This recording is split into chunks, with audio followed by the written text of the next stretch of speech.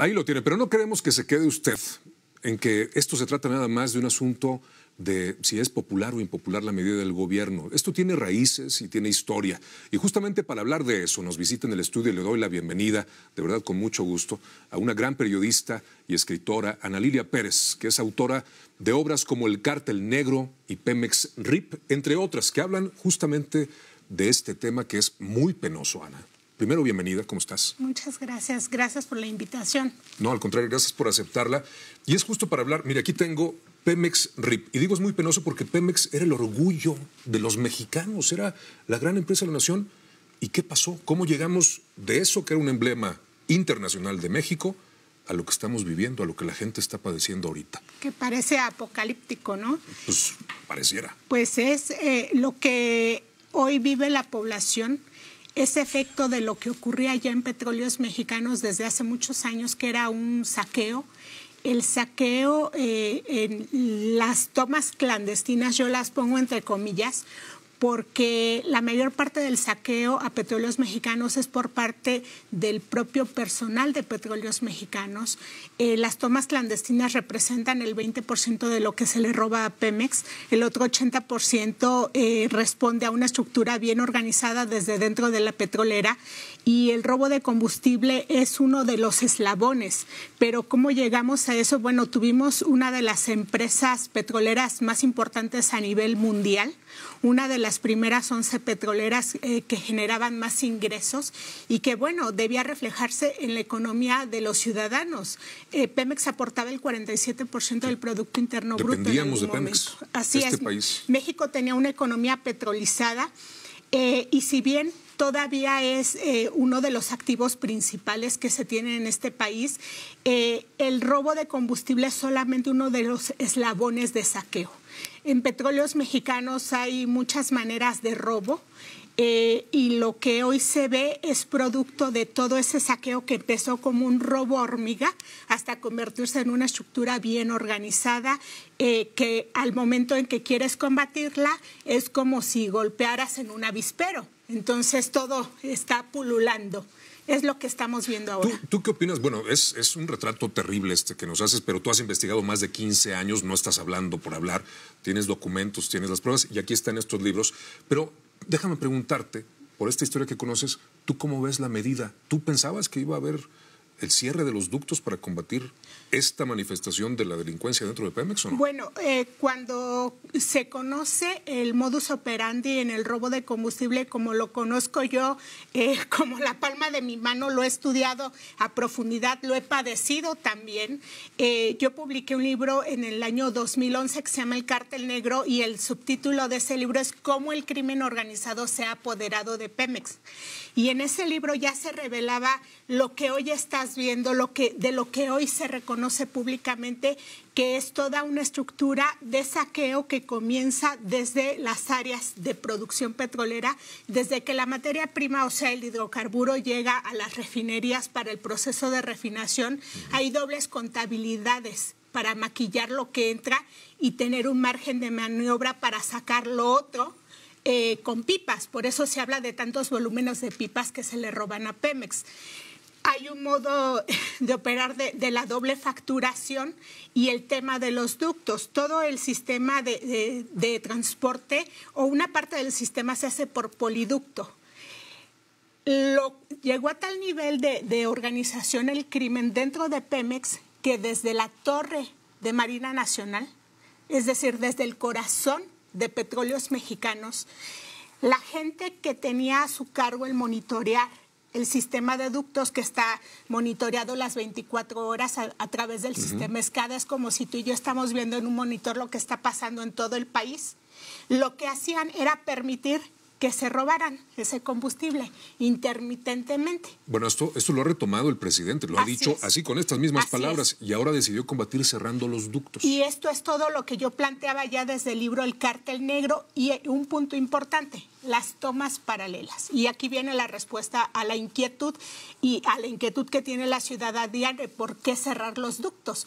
Bueno, en la red de poliductos de Petróleos Mexicanos hay todavía porque al parecer se está desmantelando una parte de esto, no sé qué tanto avance haya, pero redes paralelas. ¿Qué significa? Que tenías tu red legal, pero al lado tenías conexiones alternas.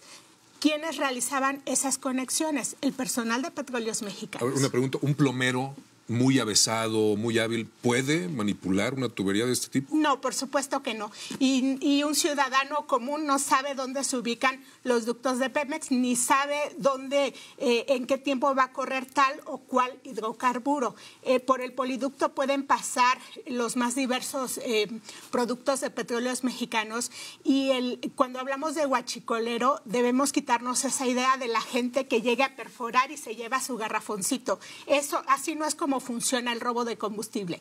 El robo de combustible funciona cuando el personal de la torre de control de Pemex monitorea, llama a quienes van a hacer la perforación, que son personas altamente especializadas en manipulación de válvulas, hacen la conexión y permiten que esa conexión paralela funcione. Hay otra modalidad que se le llama toma en caliente.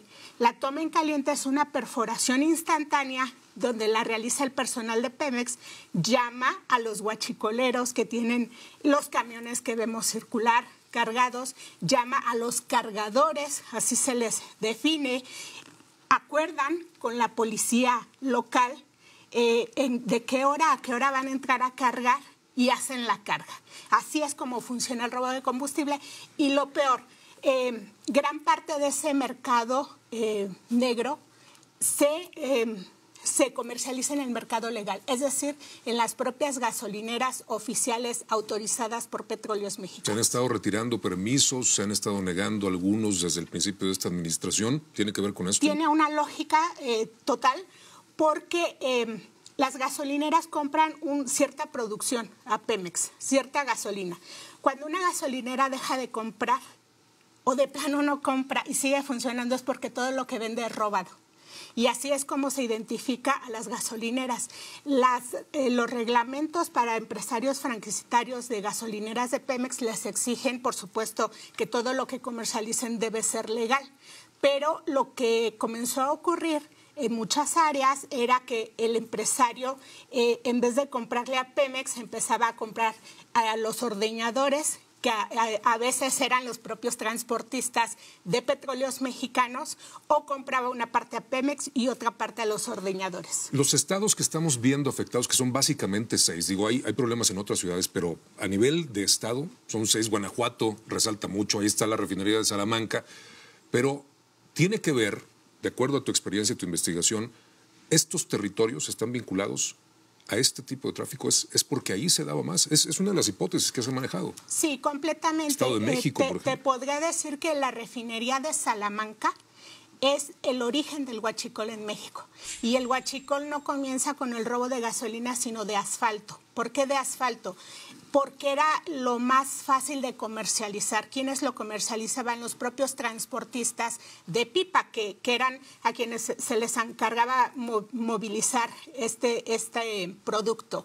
¿Quiénes eran los transportistas? Empleados sindicalizados de Pemex. El ser chofer de pipa en Petróleos Mexicanos es uno de los puestos más cotizados. El líder del sindicato petrolero, por ejemplo, tiene un puesto de chofer de pipa. El personal sindicalizado es altamente responsable en este robo. ¿Por qué? Porque son quienes controlan todos los procesos de producción. La gente encargada también cotidianamente de manipular los ductos, de darles mantenimiento, de hacer las labores en los campos, son personal sindicalizado. Sin embargo, de esta responsabilidad no se puede eximir a personal de confianza porque en las refinerías, en las terminales de almacenamiento, los jefes son personal de confianza. ¿Los directores de Pemex no saben de estas cuestiones? El director de Pemex cada día recibe un informe en tiempo al día de lo que está entrando a una refinería y lo que llega a una terminal de almacenamiento. Y los números nunca cuadran. Y si los números no te cuadran, es porque hay robo. Y los directores son informados de esto. Además, hay que recordar que el funcionario público tiene responsabilidad por colusión o por omisión. Es doble y es gravísimo. De eso le hablábamos. No queríamos y no queremos que se quede usted con la impresión de que esto se trata nada más de si es magna o si es premium, de si hay o no hay. Es un asunto mucho más profundo y si usted quiere conocer todos los detalles, la historia, más de 15 años de investigación de esto que acaba de escuchar, esta es la mujer que se ha aventado ese tiro y ella es la que más sabe de toda esta historia. Este es el libro más reciente, es Pemex RIP. Hoy sabemos la situación de Pemex. Es editorial Grijalbo, Vida y Asesinato de la principal empresa mexicana. Lo que antes era Orgullo y hoy usted acaba de escuchar en lo que se ha convertido. Así que estamos hablando de una medida que puede ser impopular, pero de acuerdo a todo esto que nos ha revelado, a todo esto que has investigado, que está documentado, es ineludible. Bueno, yo sí quisiera que la ciudadanía también hiciera conciencia de que cuando hablamos de huachicol no estamos hablando de comprar o no algo barato. Estamos hablando de violencia, de muerte, de sangre. Estamos hablando de crimen organizado al más alto nivel. Entonces, considero que la cruzada contra el huachicol no debe ser del gobierno, es una cruzada de toda la ciudadanía. Pues ahí está. Con esa frase que me parece una imagen muy poderosa porque tenemos responsabilidad en todo lo que tiene que ver con la vida pública. Lo dejamos. Muchísimas gracias, Ana, de verdad. Apreciamos mucho, sobre todo tu trabajo. Hay que ser valiente para sostener una investigación así. Que estés muy bien y te esperamos próximamente porque es algo, usted lo entenderá, que va a seguir dando de qué hablar. Muchas gracias. Con todo gusto. Mucho éxito. Gracias.